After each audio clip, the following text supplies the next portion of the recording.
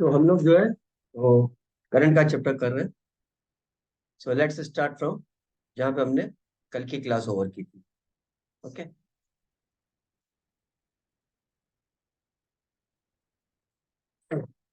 ये क्वेश्चन है, अब battery of EMF 2 volt and R joule 0.1 ohm. तो यहाँ पे क्या दे रखा है, बैटरी का ईएमएफ दे रखा है 2 वोल्ट और उसका जो इंटरनल रेजिस्टेंस है वो दे रखा है 0.1 ohm. Okay. And is charge with a current of 5 ampere. अच्छा, अब बैटरी को चार्ज किया जा रहा है। ओके, लैंग्वेज क्या है, बैटरी को चार्ज किया जा रहा है विद करंट ऑफ 5 एम्पियर। मतलब हम बोल सकते हैं कि करंट जो है ना बैटरी वाली सर्किट में इस डायरेक्शन में फ्लो हो रही है। और इस बैटरी का ईएमएफ कितना है, 2 वोल्ट है। और इसके अंदर का जो इंटरनल रेजिस्टेंस है जो अपन यहाँ साइड में बना लेते हैं वो 0.1 ओम है। ये ध्यान रख लेना, बैटरी का हिस्सा है।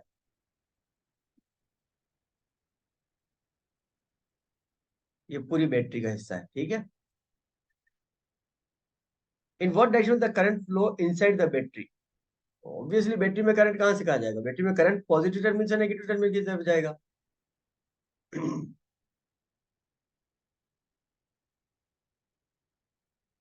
What is the terminal voltage between the two terminals of the battery. Okay, जब करंट विड्रॉ होता है तो टर्मिनल क्रॉस ऑफ बैटरी होता है ई माइनस आई आर। और जब करंट चार्जिंग होता है तो ई प्लस आई आर होता है। So it will be E plus I R, that is 2 plus 5 into 0.1 which will be 2.5 volt. So this time the terminal voltage across the terminals of the battery will be, the terminal voltage will be 2.5 volts. Clear है?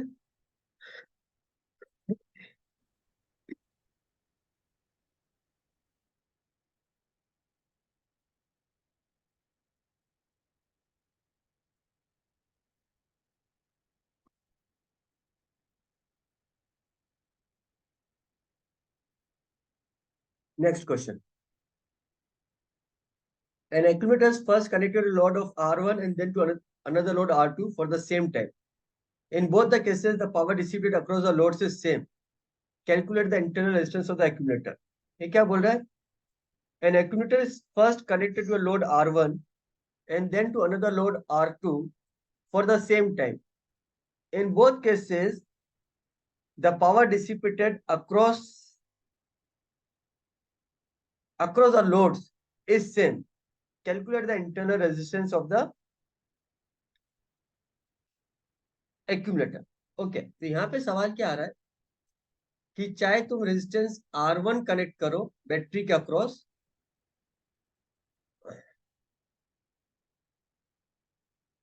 चाहे तुम resistance R2 connect करो battery के across,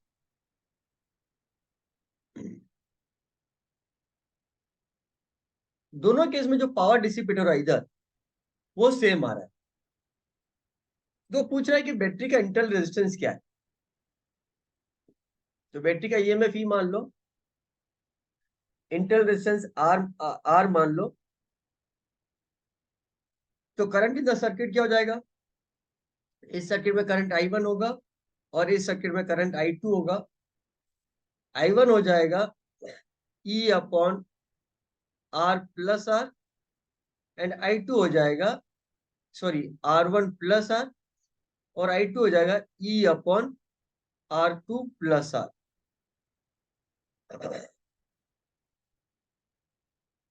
तो इस first second में जो power dissipate हो जाएगा वो क्या हो जाएगा, I1 स्क्वायर R1। और इसमें जो पावर डिसिपेट हो जाएगा वो है I2 स्क्वायर R2। अब ये बोल रहा है दोनों पावर इक्वल है तो दोनों को इक्वल कर लेते हैं।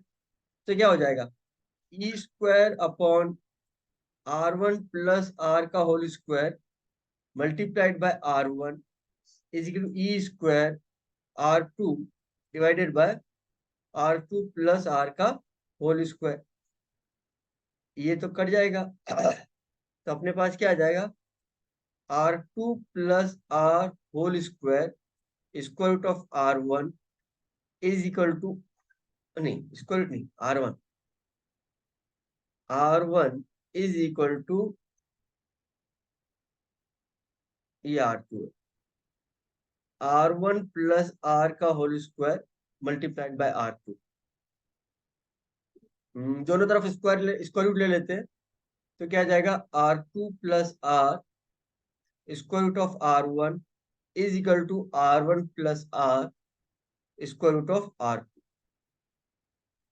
रीअरेंज कर देता हूं मैं, तो मेरे पास क्या जाएगा, R कॉमन ले लिया यहाँ पे, square root of R1 minus square root of R2 is equal to R1 square root of R2 minus R2 square root of R1।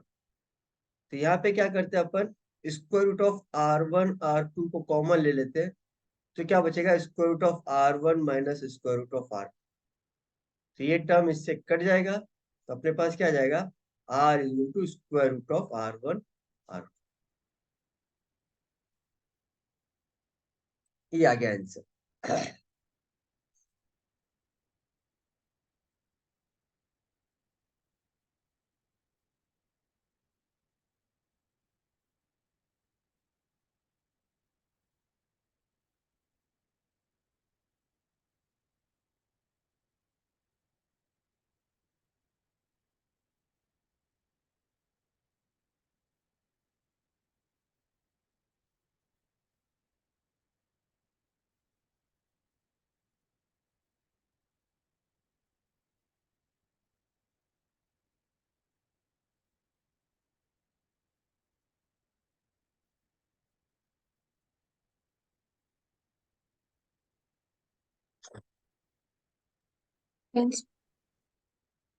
चले आगे।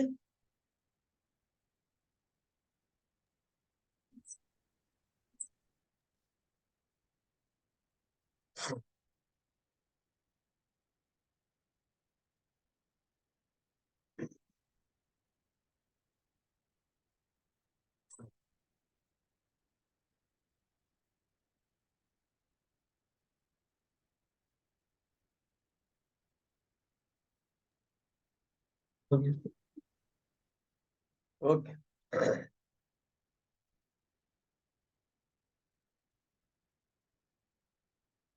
अब किरचॉफ के law, there are two laws, Kirchhoff junction law and Kirchhoff loop law. Kirchhoff के दो law है।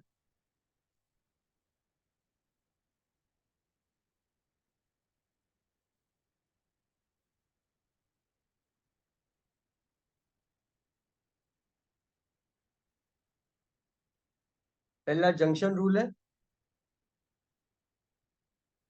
और दूसरा loop का रूल है। तो जंक्शन लॉ क्या बोलता है कि अगर बहुत सारी ब्रांचेस सर्किट की अगर किसी जंक्शन पे मीट कर रही है, तो द जितना करंट जंक्शन पे आ रहा है और जितना करंट जंक्शन से जा रहा है, दोनों अलजेब्रिक सम में इक्वल होना चाहिए। दैट इज, अगर यहाँ पे करंट I1 आ रहा है और यहाँ से करंट I2 आ रहा जा रहा है और यहाँ से करंट I3 जा रहा है, then I1 is equal to I2 plus I3। Basically कहने का मतलब है कि कहीं पे भी किसी भी जंक्शन पे चार्ज एक्यूमुलेट नहीं हो सकता है। चार्ज को तो फ्लो करते रहना, because charge will not accumulate. It is based on the principle of conservation of charges. तो ये क्या बोल रहे थे, algebraic sum of the currents on the junction is equal to zero, right. तो ये जो करंट अगर आ रहा है उसको पॉजिटिव साइन ले लो, करंट अगर जा रहा है उसको नेगेटिव साइन ले लो, then the algebraic sum of the current should be equal to zero. मैंने इसे algebraic sum of the current should be equal to zero, तो तुम्हें कन्वेंशन रखना पड़ेगा कि एक डायरेक्शन के करंट को पॉजिटिव बोलोगे, दूसरे डायरेक्शन के करंट को नेगेटिव बोलोगे जंक्शन के रेस्पेक्ट में। सपोज तुम बोल दो जो करंट आ रहा है वो पॉजिटिव है, इसका मतलब जो करंट जा रहा है वो नेगेटिव होगा, या जो करंट आ रहा है वो नेगेटिव है तो जो करंट जा रहा है वो पॉजिटिव हो जाएगा। तुम ऐसे जंक्शन रूल के बाद इट्स सिंपल लाइक दिस। अगर तुम इसको, so heat flow, current flow and water flow, तीनों सेम एनालॉजी को फॉलो करेंगे। अब तुम देखो, अगर ये पानी का पाइप है, ओके, और इधर पाइप पे अपन ने वो एक लगा दिया है, क्या बोलते हैं ऐसा, कोई डिवाइडर लगा दिया है, और फिर एक पाइप यहाँ पे लगा दिया और एक पाइप यहाँ पे लगा दिया, और अगर इसको नल से कनेक्ट कर दिया अगर अपन ने, तो जितना पानी यहाँ से अंदर आएगा वो पानी यहाँ पे आएगा, और कुछ पानी यहाँ पे चला जाएगा और कुछ पानी यहाँ पे चला जाएगा। अगर बीच में कहीं पे भी लीकेज नहीं है, तो यहाँ पे जितना भी पानी पहुंचेगा वही तो पानी निकलेगा। सेम थिंग हीट में भी होता है। अगर दो एंड पे हीट फ्लो हो रही है तो एक जंक्शन पे जितनी हीट पहुंचेगी उतनी की उतनी हीट वापस वहां से निकल जाएगी। This is all under steady condition. किस कंडीशन में? स्टेडी कंडीशन में। स्टेडी कंडीशन का क्या मतलब है? पानी के हिसाब से अगर स्टेडी कंडीशन का देखा जाए तो नल को चालू करने के बाद जब पूरा पाइप पानी से भर जाता है उसके बाद स्टेडी स्टेट आती है। जब तक पूरा पाइप पानी से नहीं भरा तब तक तो पानी पाइप के अंदर इकट्ठा हो रहा है, राइट? उसी तरह से हीट फ्लो में भी स्टेडी स्टेट होती है। स्टेडी स्टेट पानी के लिए क्या हो गया कि पूरा पाइप पानी से भर गया, और हीट फ्लो के लिए स्टेडी स्टेट क्या होती है कि टेम्परेचर स्टेडी हो गया है, यूनिफॉर्म टेम्परेचर हो गया है, पूरी रॉड गर्म हो चुकी है, अब सिर्फ हीट आ रही है और हीट जा रही है, हीट आ रही है और हीट जा रही है, टेम्परेचर का इंक्रीज नहीं हो रहा है। ओके। और डीसी सर्किट में तो हमारी हमेशा स्टेडी स्टेट होती है, ट्रांजिएंट स्टेट होती नहीं है। हाँ, चार्जिंग ऑफ द कैपेसिटर है, इंडक्टर है, या एसी सर्किट में जरूर हमारे पास वेरिएबल स्टेट होती है। तो अच्छा, तो ट्रांजिएंट स्टेट तो इसमें भी आएगी जब कैपेसिटर चार्ज हो रहा होगा तो। So we are only talking about the steady condition. और चार्ज कभी भी एक्यूमुलेट नहीं होता है, ध्यान रख लेना। पानी तो फिर भी पाइप में इकट्ठा होता है जब तक पाइप पूरा नहीं भरता है। यहाँ पे तो ऑलरेडी क्या बोलते हैं, तुम्हारे चार्ज कंडक्टर में डिस्ट्रीब्यूटेड है, वो सिर्फ चार्ज ही मूव हो रहा है। Okay, that is the difference. So charge is never accumulated, it is based on the conservation of charge. दूसरा है,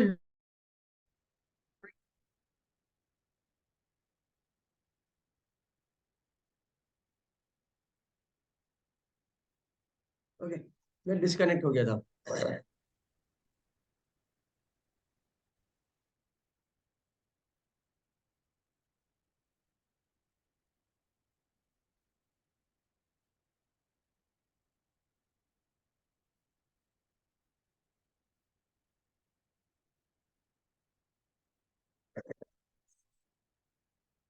loop low is basically conservation of energy. It is basically conservation of energy. So suppose कर लो ये battery है और resistance R1 है, ये resistance R2। अगर इस बैटरी का पोटेंशियल डिफरेंस V मान ले और इसमें करंट आई जा रहा है, then the power delivered by the battery कितना है? VI है। Okay, power is a battery का जो VI है, और इसके अक्रॉस जो पावर डिसिपेट हो रहा है वो V1I है, और जो कि पोटेंशियल डिफरेंस इसके अक्रॉस V1 है, राइट? इसके अक्रॉस पोटेंशियल डिफरेंस V1 है, और अगर इसके अक्रॉस पोटेंशियल डिफरेंस V2 है, then power dissipated across this terminal will be V2I। Then what the Kirchhoff's loop law says, जितना वर्क बैटरी करेगा या जितना पावर बैटरी डिलीवर करेगा उतना ही पावर हमारे को मिलेगा। बेसिकली सपोज कर लो, अगर हमारे घर पे 5 जूल्स ऑफ एनर्जी आ रही है डेली, तो हम 5 जूल्स ऑफ एनर्जी को कंज्यूम करेंगे। जितनी एनर्जी आएगी उतनी की उतनी कंज्यूम करेंगे। वो एनर्जी किधर जाएगी? पंखा चलाने में जाएगी, फ्रिज चलाने में जाएगी, हीटर चलाने में जाएगी, प्रेस चलाने में जाएगी, लाइट जलाने में जाएगी, whatever. So whatever power you consume is actually the power which is coming to our home. तो इस बैटरी ने कितना पावर दिया है? VI। तो रेजिस्टेंस के अक्रॉस कितना पावर कंज्यूम होगा? VI कंज्यूम होगा। R1 के अक्रॉस V1I कंज्यूम हो गया, R2 के अक्रॉस V2I कंज्यूम हो गया। तो अगर मैं इक्वेट कर लू पावर को, so VI is equal to V1I plus V2I। So V is equal to V1 plus V2। This is what, या यूं बोल दूं, अगर दूसरा सम में बोल दूं, then it says that the algebraic sum of क्या बोलते हैं, potential drop, the algebraic sum of potential drop across all the elements, all the elements in the loop is zero। Basically किस पे बेस्ड है? कंजर्वेशन ऑफ एनर्जी पे ना। जितनी energy battery ने सप्लाई की है, जितना वर्क बैटरी ने किया है, वो सारे का सारा वर्क, सारे की सारी एनर्जी हमारे को डिफरेंट एलिमेंट्स के अक्रॉस मिल जाएगी। और वो उसका जो मैथमेटिकल फॉर्मूला है वो क्या रहा है कि the algebraic sum of all the potential drops across all the elements in the loop is zero. तो हमारे को यहाँ पे क्या मिल रहा है? V minus V1 minus V2 is equal to zero. तो हमारे को क्या करना है? सब एलिमेंट्स के अक्रॉस पोटेंशियल ड्रॉप देखना है कि पोटेंशियल ड्रॉप क्या है। पोटेंशियल ड्रॉप मतलब पोटेंशियल ड्रॉप राइज है, पोटेंशियल राइज हो रहा है कि पोटेंशियल ड्रॉप हो रहा है। राइज हो रहा है तो पॉजिटिव, और ड्रॉप हो रहा है तो नेगेटिव। ओके, तो वो निकाल लेते हैं अपन, पोटेंशियल ड्रॉप या पोटेंशियल राइज क्या है। सो उसके लिए हम क्या करेंगे, कन्वेंशन फॉलो करेंगे। कन्वेंशन क्या फॉलो है, मतलब कन्वेंशन क्या है, वो यही है कन्वेंशन क्या है इसमें मालूम है। अगर ये नेगेटिव टर्मिनल है या positive terminal of the battery है, so if you are going in this direction,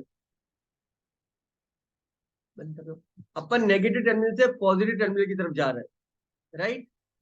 अपन नेगेटिव टर्मिनल से पॉजिटिव टर्मिनल की तरफ जा रहे हैं, then the potential is increasing, so we say potential rise, या अपन बोलेंगे प्लस वी। तो जब भी अगर तुम किरचॉफ लूप लॉ लगा रहे हो और बैटरी को अगर ऐसे क्रॉस करोगे तो प्लस वी लिखोगे। अगर तुम बैटरी को ऐसे क्रॉस करोगे अपोजिट डायरेक्शन में, then you are going from positive terminal to negative terminal, so you are going from high to low. यहाँ पे क्या हो रहा है, यहाँ पे होता है पोटेंशियल राइज, और यहाँ पे क्या हो रहा है, पोटेंशियल ड्रॉप। यहाँ पे हो रहा है पोटेंशियल ड्रॉप, तो इधर क्या लिखोगे, माइनस वी लिखो। ठीक है, उसी तरह से अगर सर्किट में करंट फ्लो करवा देते हैं अपन,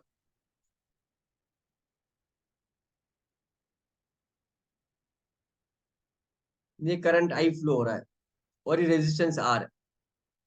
अपने को मालूम है कोई भी चीज जो है ना, वो हमेशा हायर पोटेंशियल एनर्जी से लोअर पोटेंशियल एनर्जी की तरफ जाती है। Everything moves from higher potential energy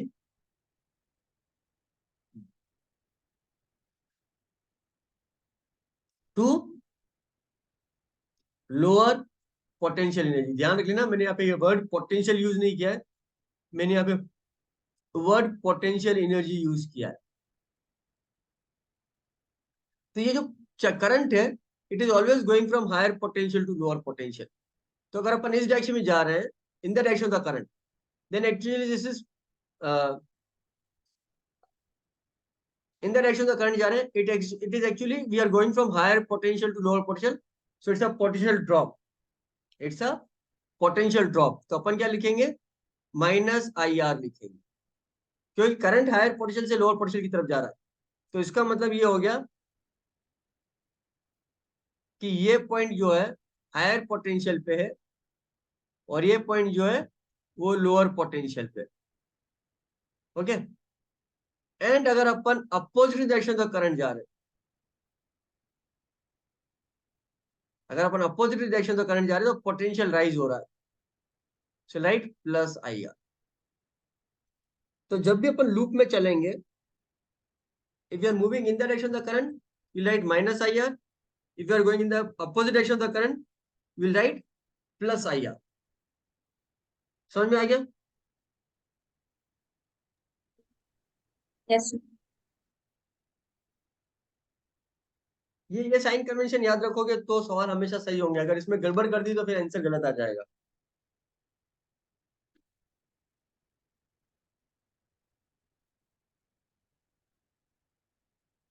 कोई कंफ्यूजन नहीं हो तो आगे चलते हैं। अब अपन एक और एलिमेंट ले लेते हैं सर्किट का, वो होता है कैपेसिटर।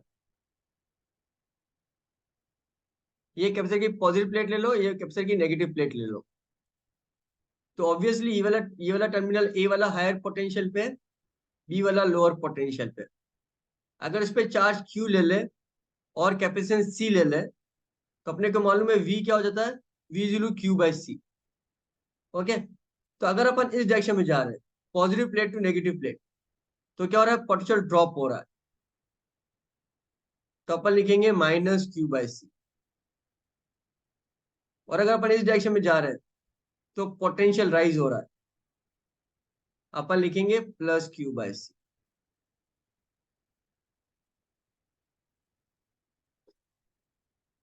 अब किसी भी सर्किट में ये वाला लगाओ एंड सी की हर एक एलिमेंट में पोटेंशियल राइज हो रहा है कि पोटेंशियल ड्रॉप हो रहा है, और जहां से चलते हो वापस वहां पे आ जाओ, that is complete the loop.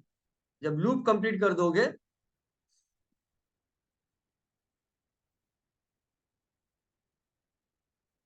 That means जितना भी वर्क बैटरी ने किया है या जिस जिसने वर्क किया है और जहां जहां पे वर्क कंज्यूम हुआ है, उसका एल्जेब्रिक सम क्या हो जाना चाहिए? जीरो हो जाना चाहिए।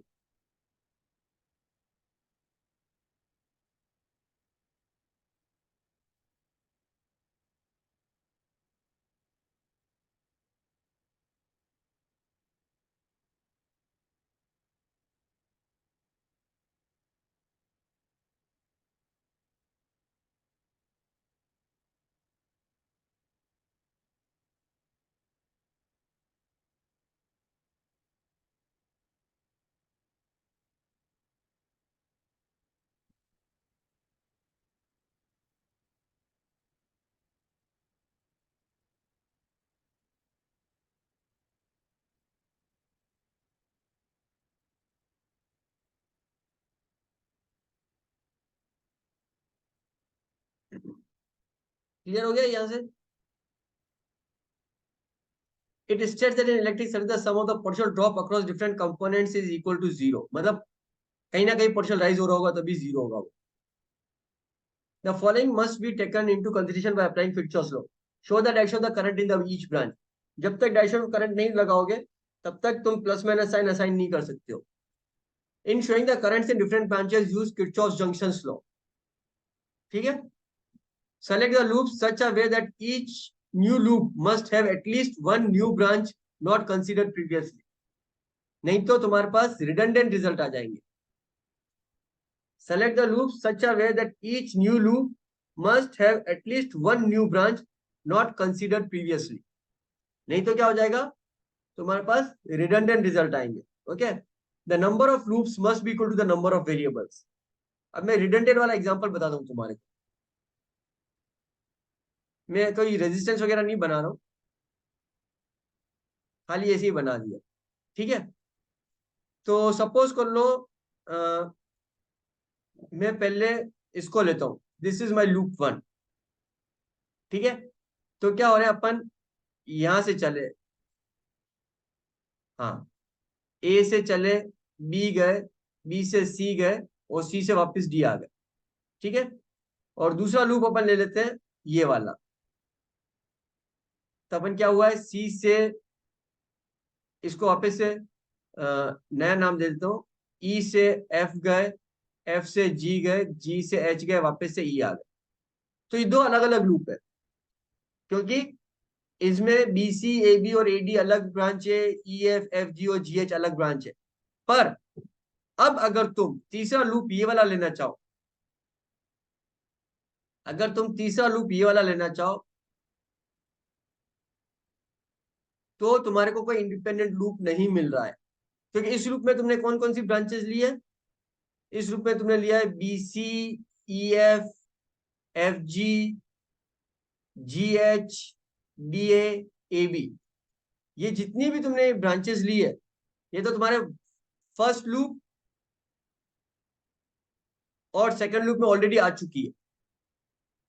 तो जो तुमने थर्ड लूप बनाया ना, ये वाला B C E F F G G H D A B वाला, ये नया लूप नहीं है। तो फर्स्ट लूप और सेकंड लूप से जो तुम्हारे को इक्वेशन मिलेगी, उसी से थर्ड लूप की इक्वेशन आ जाएगी। तो अब अगर तुम्हें थर्ड थर्ड इक्वेशन चाहिए, तो ये दो लूप काम में, ये तीसरा लूप काम में नहीं आएगा। समझ में आ गया मैं क्या बोलने की कोशिश करूं? जब तुम पहला लूप तुमने बना दिया, दूसरा लूप भी तुमने बना दिया, क्योंकि कुछ ना कुछ नया लिया होगा। तीसरा लूप से लेते समय ध्यान रख लेना कि तीसरे लूप में एटलीस्ट एक ब्रांच ऐसी होनी चाहिए जो प्रीवियस दो लूप में नहीं है। अगर ऐसी कोई ब्रांच नहीं है, तो फिर तुम्हारे को तीसरी इक्वेशन नहीं नहीं मिलेगी, न्यू इक्वेशन नहीं मिलेगी। ठीक है। The number of loops must be equal to the number of variables. अगर number of loops number of variables के बराबर नहीं है, तो फिर तुम्हारे को और लूप ढूंढने होंगे। अगर नंबर ऑफ वेरिएबल्स ज्यादा है तो तभी तुम सॉल्व कर पाओगे, तभी उतनी इक्वेशंस मिलेगी तुम्हारे को। Three resistors are joined at the point O. On their ends are the potential VA, VB, and VC as shown. Find the potential of the junction. Junction का पोटेंशियल निकालना है तुम्हारे को। सर्किट क्या दे रखी है? ये वाली सर्किट दे रखी है।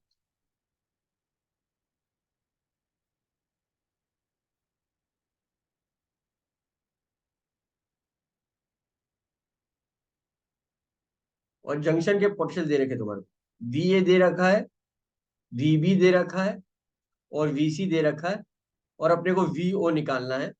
इसका रेजिस्टेंस आर ए मान लो, इसका रेजिस्टेंस आर बी मान लो, इसका रेजिस्टेंस आर सी मान लो।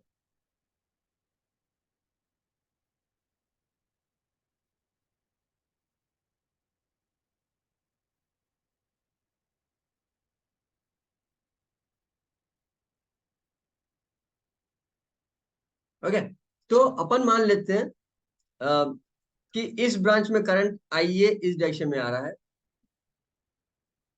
इस ब्रांच में करंट आई बी इस डायरेक्शन में आ रहा है, और इस ब्रांच में करंट आई सी इस डायरेक्शन में आ रहा है, राइट। अपने मान लिया। हालांकि अपने को मालूम है कि इसमें से एक ना एक डायरेक्शन तो उल्टा होना ही पड़ेगा, क्योंकि सारी करंट जंक्शन पाएगी तो ऐसा तो पॉसिबल ही नहीं है, कुछ ना कुछ। लेकिन हाँ, एल्जेब्रिक सम के हिसाब से all the current going towards the junction अगर पॉजिटिव मान लूं, कन्वेंशन में current going towards the junction is positive, तो इसका क्या रिजल्ट आएगा?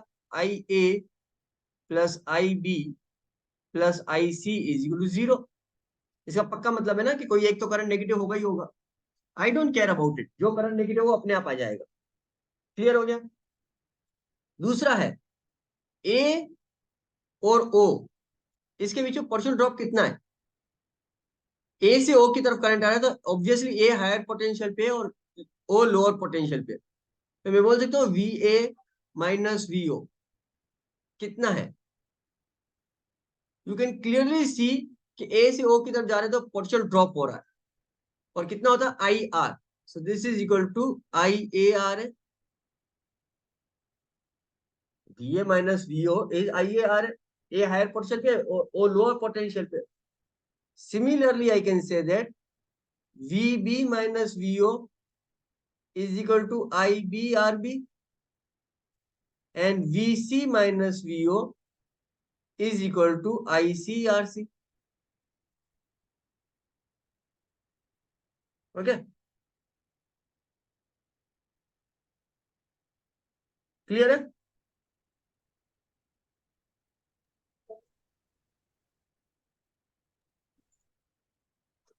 ओके, तो मेरे को लग रहा है कंफ्यूजन है यहाँ पे, इस कंफ्यूजन को दूर कर लेता हूँ मैं। ये ए है और ये बी है, यहाँ का पोटेंशियल वी ए है, यहाँ का पोटेंशियल वी बी है। If I want to find V A minus V B, मैं कैसे निकालूंगा? करंट किसी भी डायरेक्शन में जा सकता है, मान लो करंट इस डायरेक्शन में जा रहा है and this is the resistance R. अगर मेरे को V A minus V B निकालना है, तरीका क्या है करने का? We'll go from B to A. हम क्या करेंगे? बी से ए की तरफ जाएंगे। जब V A minus V B निकल रहे हैं, हम क्या करेंगे? बी से ए की तरफ जाएंगे। If you are moving opposite to the direction of the current, if you are moving opposite to the direction of the current, तो अपन जिस डायरेक्शन में जा रहे हैं उस डायरेक्शन में क्या हो रहा है? पोटेंशियल राइज हो रहा है। If you are moving opposite to the direction of the current, if we are moving opposite to the direction of current, what it means? This means we are moving in the direction of potential rise। किस direction move कर रहे हैं? जिस direction में potential rise हो रहा है। अपन क्या लिखेंगे?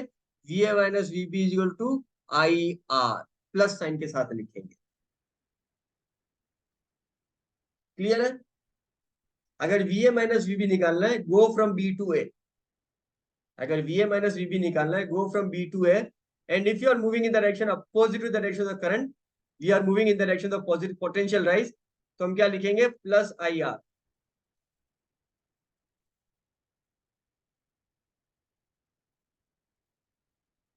एंड अगर ऐसा नहीं है, एंड इफ यू आर, अगर सर्किट ऐसी होती, सपोज कर लो ये ए है और ये बी है,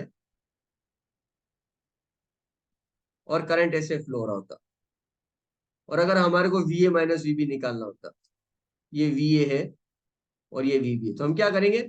we'll go from B to A. अगर V A minus V B निकालना है, we'll go from B to A to find VA minus VB go from B to A. So if we are moving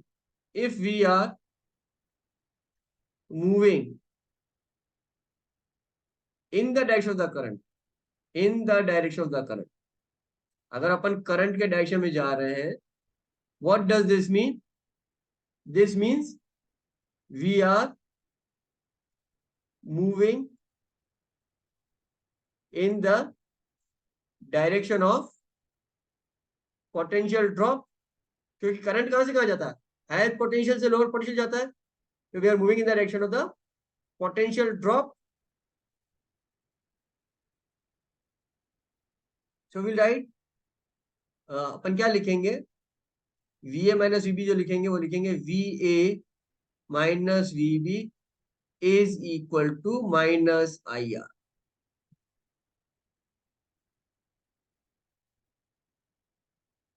याद रख लो. और ऊपर मैंने क्या लिखा था वी ए माइनस वीबी जो लिखा था ऊपर, वो क्या लिखा था? Plus I are.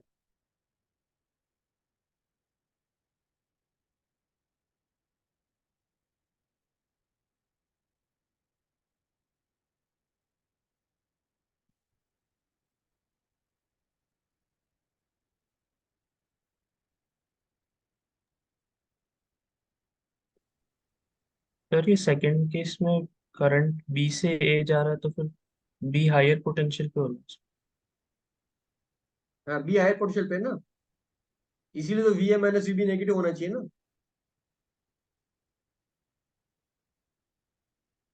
उसमें भी पर पोटेंशियल ड्रॉप ही तो हो रहा है अपन जिस डायरेक्शन में जा रहे हैं। तुम बी से ए जा रहे हो तो हायर पोटेंशियल पे कौन है? बी।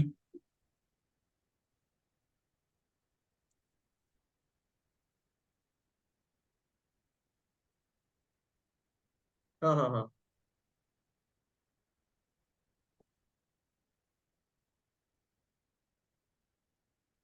हाँ, बी हायर पोटेंशियल है तो we are moving the direction of potential drop ना. बी हायर पे, ए लोअर पे है. तो बी से ए जा रहे हो तो क्या हो रहा है? पोटेंशियल ड्रॉप हो रहा है. हाँ सर। हाँ, क्या कंफ्यूजन है? कुछ नहीं सर, वो पहले हो गया। हाँ,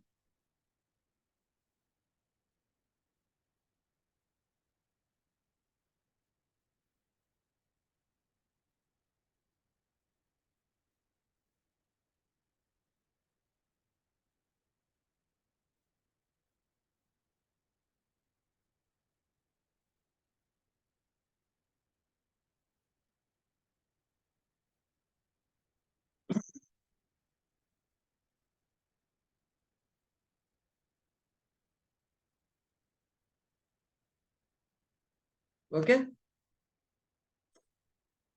तो अब देखो, यहाँ पे मैंने इसी तरह से V A minus V O, V B minus V O, V C minus V O लिखा है.